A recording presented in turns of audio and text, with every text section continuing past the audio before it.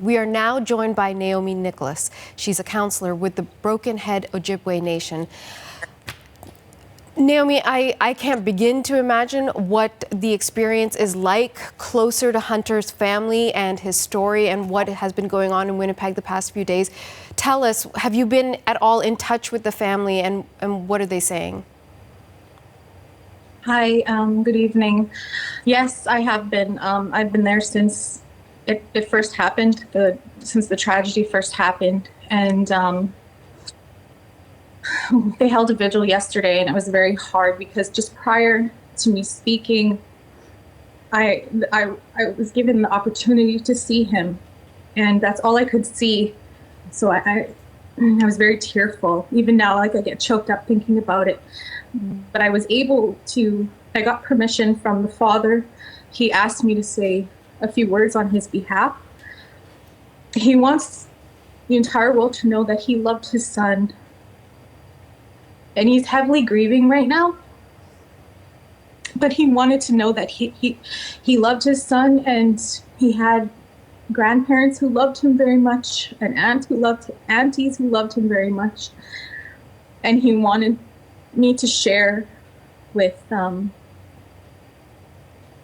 world about Hunter's last moments. He had the chance to hold his son's hand when they took him off life support at 3 p.m. And in the moment, he stayed after they had taken him off, and he squeezed his father's hand, and he said Hunter had tears rolling down his eyes. It's been truly devastating to the family. It's devastation for the whole world. And I'm hoping that this brings awareness that we need to protect all of our children. Myself, I have 6. So I can only imagine what the family is going through. I would love to, on the father's behalf, to let everybody know that him and his family are arranging a wake service to be held in Brokenhead for his son. And I just want to let everybody know that on behalf of Brokenhead Ojibway Nation, we have been supporting the families as much as we possibly could. Naomi, I know that this is really hard to talk about. I mean, it's hard enough to hear what you're saying. I can't imagine having to speak on behalf of the father and the family in this really difficult time. But this has really captured the country's attention, and we keep hearing from folks in Winnipeg, including from activists like yourself, about the high rate of domestic violence that's taking place in the community. Why is this happening? What is being done to stop it? Maybe what's happened in this particular scenario will be a catalyst. Are you getting a sense at all that something is shifting now? Yeah, I believe that it's out there now. People are realizing that, the world isn't always kind, and we have to take care of our future generations because they're the future. They're our world.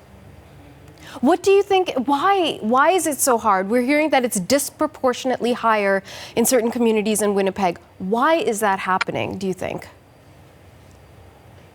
Could be, I really feel that, like, our people, I'm speaking of First Nations people, there's intergenerational curses that follow us. There's also, I call it the residential schooling ripple effect. And a lot of our people don't know how to deal with what they went through, and not necessarily every person in the world is going to reach out and grab and ask for help. We need more people going out to our people in our community, not just First Nations, everybody. In some way, shape, or form, it's affected everybody in our world.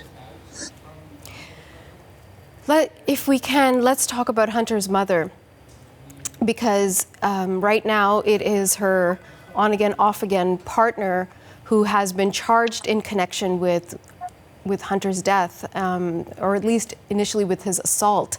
And so he's not been found guilty. He's going to go through the criminal process, but I can't begin to imagine how difficult this process is for her, having lost her child and potentially at the hands of someone who is very close to her. Do you have any sense of how she is doing at this point? I was able to hug her and hold her. And I can't imagine, like I said, I can't imagine what either the mother or the father is going through at this point. I'm a mother myself, and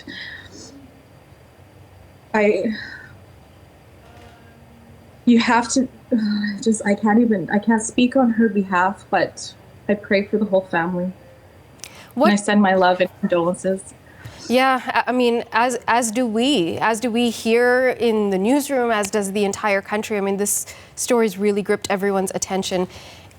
I don't know if there is a way for Canadians who want to offer support, who want to just show solidarity to the family. Is there anything that can be done? Is there anything that you're asking for at this point? Well, the support that we had at the vigils, like, I know that the father, he felt that, you know, he told me that he wasn't a very people person, but he said that really, like, it opened him up, and he really felt all the support that he was getting, and it's appreciated. And I know that in the next few, well, forever, but, you know, in the next little while they're preparing for the wakes or in the funerals, that the family's going to need a lot of support. So I think that they would gladly accept any support that's given at this time.